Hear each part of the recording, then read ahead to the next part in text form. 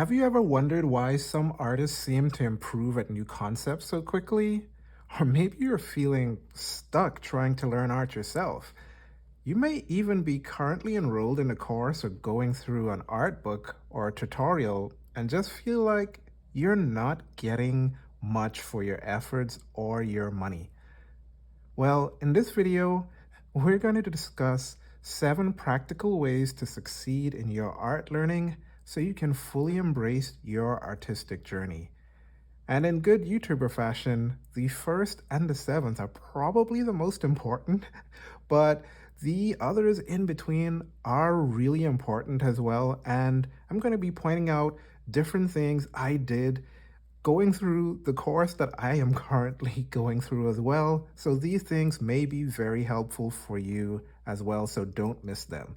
Hi everyone, I'm Vincent, and on this channel, I have been chronicling and sharing my art journey as I learn to draw. And recently, I started another course. Yes, I'm back at the grind. So I started the basic principles of drawing people from imagination. It is a Tom Fox Draws course that is on Domestika. And once I am done with the entire course, I will share a full recap and review on the course and what I thought of it compared to the other courses that I have done so far. So I will take you through the whole thing. But yes, I am back on the grind. I'm feeling inspired once again to be diving into art courses.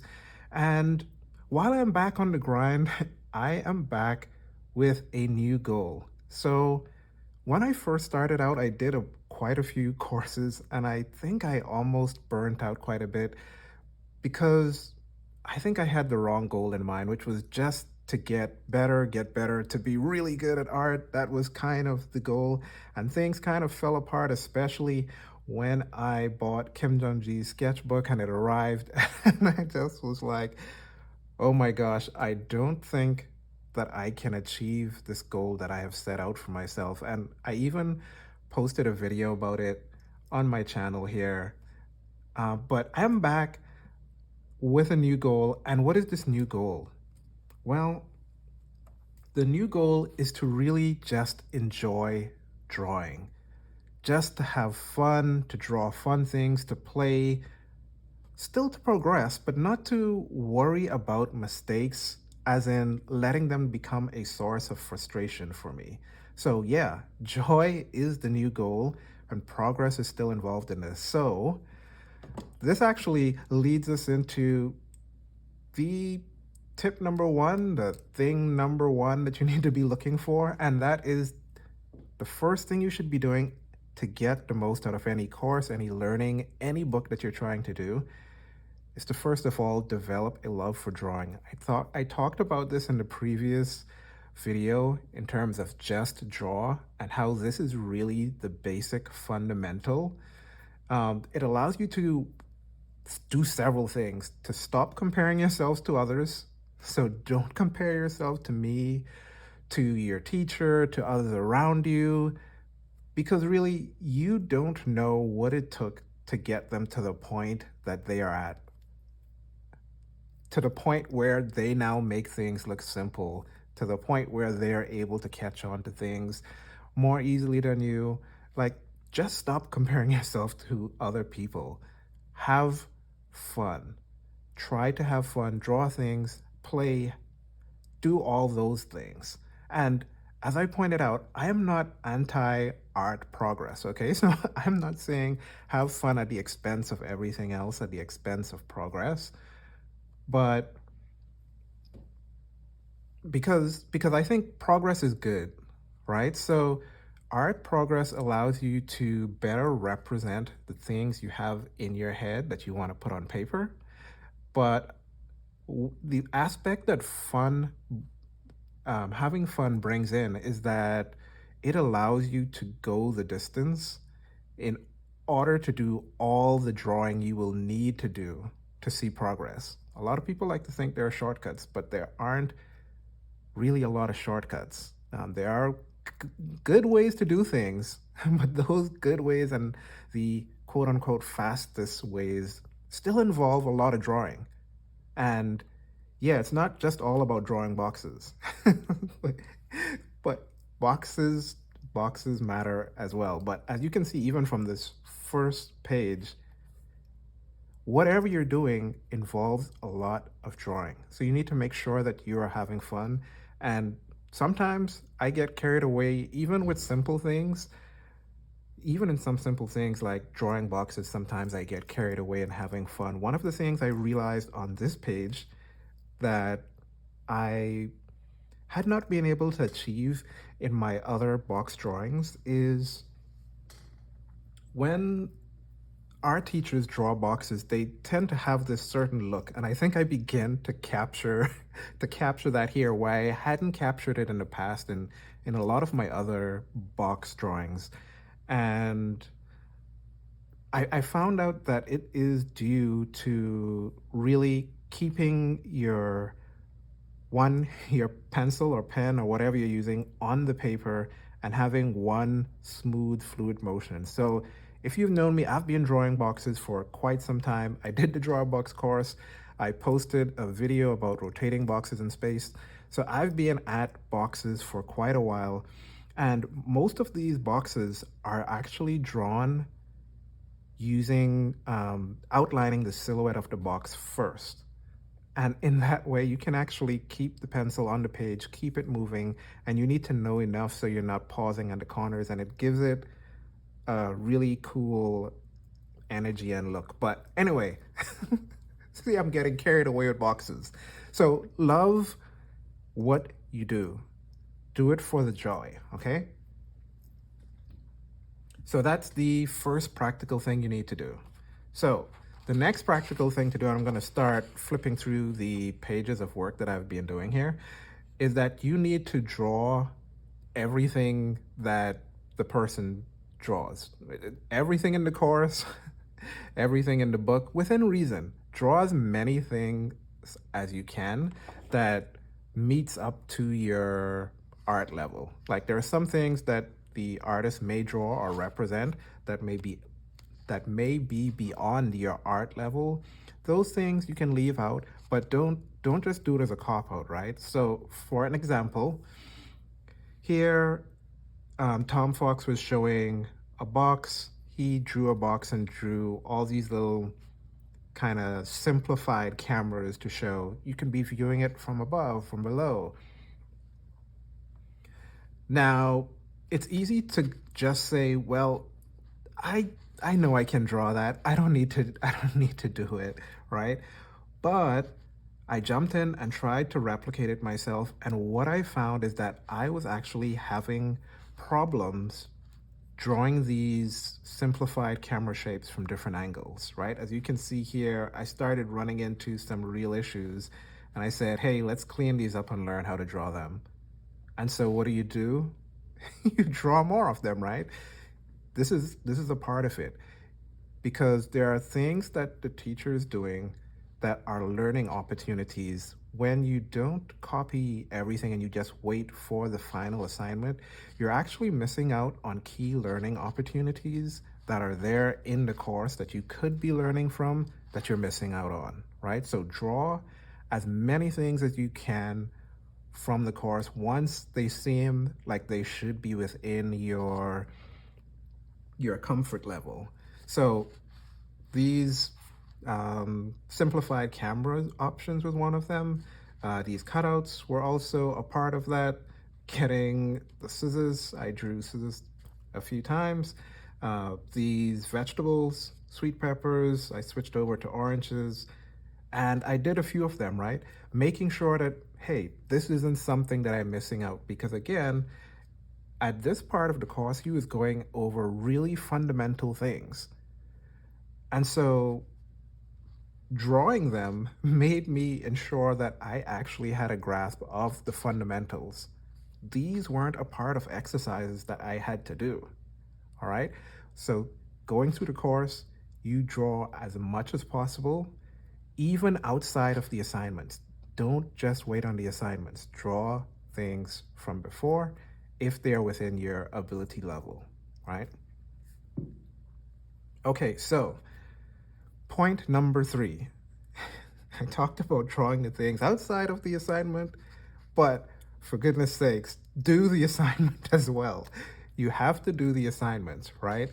And not just do the bare minimum. Again, the goal here is to be having fun. If you're not having fun, you might as well not do the course, okay? You might as well not because you're not going to get that much out of it. You might as well find something else that you enjoy drawing, that is more fun, where you can draw more of it. So one of the assignments here was drawing this simplified mannequin figure. And of course, you don't have to do the bare minimum. Like you can go all out, you know? So unless the assignment already has quite a bit of repetition built into it, you want to make sure that you are spending that time putting in the mileage, doing the repetitions over and over again, doing them in different funky ways, right? Just having fun with it, right? So there's a bunch of crazy characters here doing a lot of stuff. Try to do different things. So this bleeds into point number 4, right? But first, before I jump into to point number 4, just to point out that some courses have quite a bit of repetition built in, and you probably don't need to go over that if you're really worried about time and trying to get through the course. Like for instance, draw a box, where you have to draw so many boxes or so many things. Like there's a lot of repetition built into draw a box. You probably don't have to search or go above and beyond. But if you do, more power to you. So number 4 is to play and have fun. So I started talking about this already. You can play, you can try to do random things. Whatever you find interesting and fun, do it and incorporate it into your assignment, right? Because again, the fundamental here is to enjoy what you do. But this also has another advantage. By doing all these different variations and doing things from imagination, drawing from reference, trying to incorporate that into the assignment that's given, it really allows you to see if you really understand the concept that was just taught, right? So, yes, this is for fun, but this is also a vital part of learning and progressing. Because when you do all of these things, you actually see if you understand or are able to implement what was taught. It's one thing to understand it, but it's another thing to actually pick up the pencil and have to put it into practice. And that's where, for most of us, it falls apart. So, for example, even here, I thought, yeah, of course I understand how he's drawing it until I picked up my pencil and tried to draw them for myself. And I figured out, actually, I have the head knowledge, but my hands and my mind, when I'm trying to implement it, still isn't doing the things that I thought I understood, right? And so a lot of these, again, there were just a few examples of this more advanced mannequin. And again, doing a lot more variations, doing some rotations of the advanced chest, just trying to really make sure that I'm able to not just copy what's there, but to actually implement it back into something of my own to make sure I can actually put it into practice, right? And then we went into fulls. The same thing applies here. He drew one example of a full like this. I drew multiple to make sure that I could create variety. I really had a good idea of what was going on. And again, you find that sometimes you thought you understood it, but it may not be quite there yet, right? And you have to keep on going until you have some more that are better, closer to what you had in mind for your example and for their example. So, which kind of leads us into number 5, right? So after doing quite a few of these and going through some of these assignments, actually, let me talk a little bit about this here before I go on to step number 5. The assignment here was to go and look up your own. He talked about now clothing the mannequin. And I said, I think I'll have to go and look some of these up on my own because I didn't feel like I really got a good example of what I was supposed to be doing in the assignment, which of course causes some problems and of course led to number 5. So again, the assignment here was to start clothing our mannequins based on the folds that we had learned. And what I quickly found out is that I did not have enough information. This was one of the first attempts. I started out with just some collars because I know I wanted to do collared shirts to start off with. And by the time I got down here, I wasn't quite pleased with the progress I was making. I started trying to figure out some folds. These may be a little bit on the lighter side, but I said I may just need to come back to this to see if he explains it better. And so this brings to point number 5, don't give up too easily. So there are some concepts that are going to be more difficult than others, right? In the beginning of some of the courses and books, there may be things that you can easily master and get through. But then there may be some where you may have to push a little bit harder. So while I wrote this, I couldn't help myself, but I came back and started doing some again. And it's interesting that the breakthrough was so close, right? So I did these. This one wasn't too bad. I did this one. I did a repetition here, and this one came out really good. I really love how this one turned out. And it's just so interesting that I was almost wanting to give up here, and the breakthrough was right here, right? The breakthrough is not that far away, and yet we can't see it, and we're so tempted to give up right at the point when a breakthrough could be right around the corner, right? So, point number 5, don't give up too easily, right? Push through it a little bit and still have fun in the things you're doing, but you can't give up too easily because you may be giving up right before the breakthrough is about to happen. And you don't want that to happen, okay? So, point number 6. You want to, as far as possible, when you're going through a course or a book, you want to, during this time, try to be as consistent as possible in your drawing schedule. If you notice here, these are completion dates at the end. So the 7th, the 8th, the 9th, the 10th, the 12th. So this page actually took 2 days to complete, the 12th, the 13th. So I am actually, this was over a weekend, so quite a bit of drawing, still the 13th there. So trying to do as much drawing and trying to stay as consistent as possible in the drawing,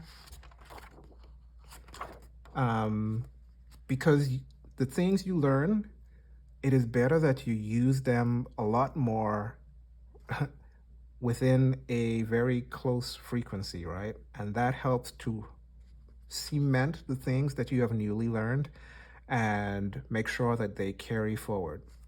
If you do something once and you got it, and then you take a break of 3 days, and that's something you just learned, it is more likely that you're going to begin losing that skill or maybe even forget how you implemented that. So to make sure that you're making the fastest progress, especially during this time when you're enrolled in a course or going through an art book or whatever type of learning you're doing, is to try to stay as consistent as possible, especially during that time, because it will help to carry forward the things that you have learned from page to page. And that's really important if you want to make the fastest progress. So, number 7, and I promised that this one was a really important, a very important tip, all right? So here is the hard reality of any course, most courses. The hard truth is most courses don't have everything you need to make the final project or to grasp all the concepts included in them. Surprise, surprise. Uh, in fact, what normally happens here is that many teachers leave out things that they see as very elementary. And sometimes the things that they are leaving out are the most important things that you need in order to fully understand the concept that they're trying to teach. And in the end, you just end up not getting it. So I'm going to give two examples. One is even at this very first page, there are some things, yes, it is just a block or just a cube, and you can say, oh, just draw a cube, yada, yada, yada. But there are a lot of different things that I learned that I'm putting into practice here that many people won't be able to do if you just show them an example. And I think the example he had on the paper was probably just 4 or 5 cubes. All right. There are certain things that I've learned having gone through cubes so many times that this could really be an in-depth lesson all by itself. But it was kind of skipped over because this was probably something that was considered more basic. And if you don't have that basic understanding that the teacher is assuming you have, it is very likely that you're not going to get the boxes to be able to look like theirs. And in my case, one of the things that I ended up struggling with and am currently struggling with is putting the features on the face. So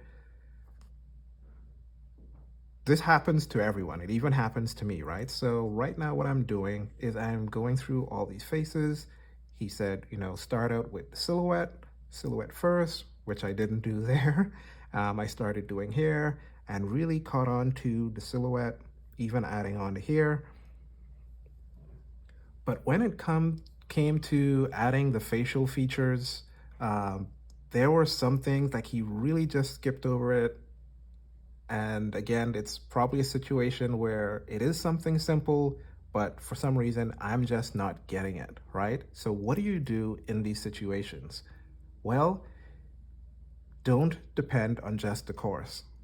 Go out, find help, find additional resources, and that is what I'm going to do. So my next step here is to find videos, resources to learn from in putting the features on the face to get it to look like how I want it to be represented, right? And the reason why this is important for me is because I want to have really expressive characters, and facial features is really an important part of this. I do have several videos and resources in mind. I know Cynic's Designs had a pretty good video that I saw some time ago in terms of how to put facial features on. I'm probably going to go back to that, see what else I can find.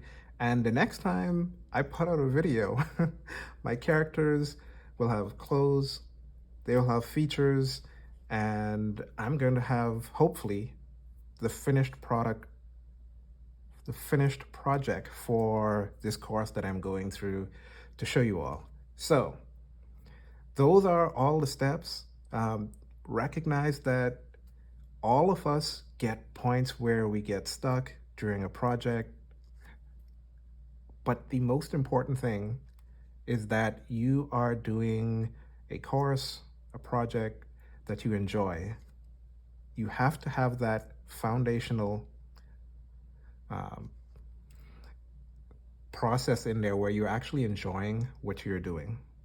It is key because, as you can see, there's a lot of drawing going on, and it's what carries you through, right? So again, next time you see me, I'm going to be a master. Just kidding, not master, but I'll be able to put on my facial features, probably start getting some expressions in. We'll see how far I get, but definitely being able to come up with my own facial features and put them onto my characters as well. So looking forward to see you in the next video. Like, subscribe. Let me hear the things that you've struggled with. Do you have other tips for getting the most out of courses and art learning? Let me know in the comments as well, and I'll see you in the next video.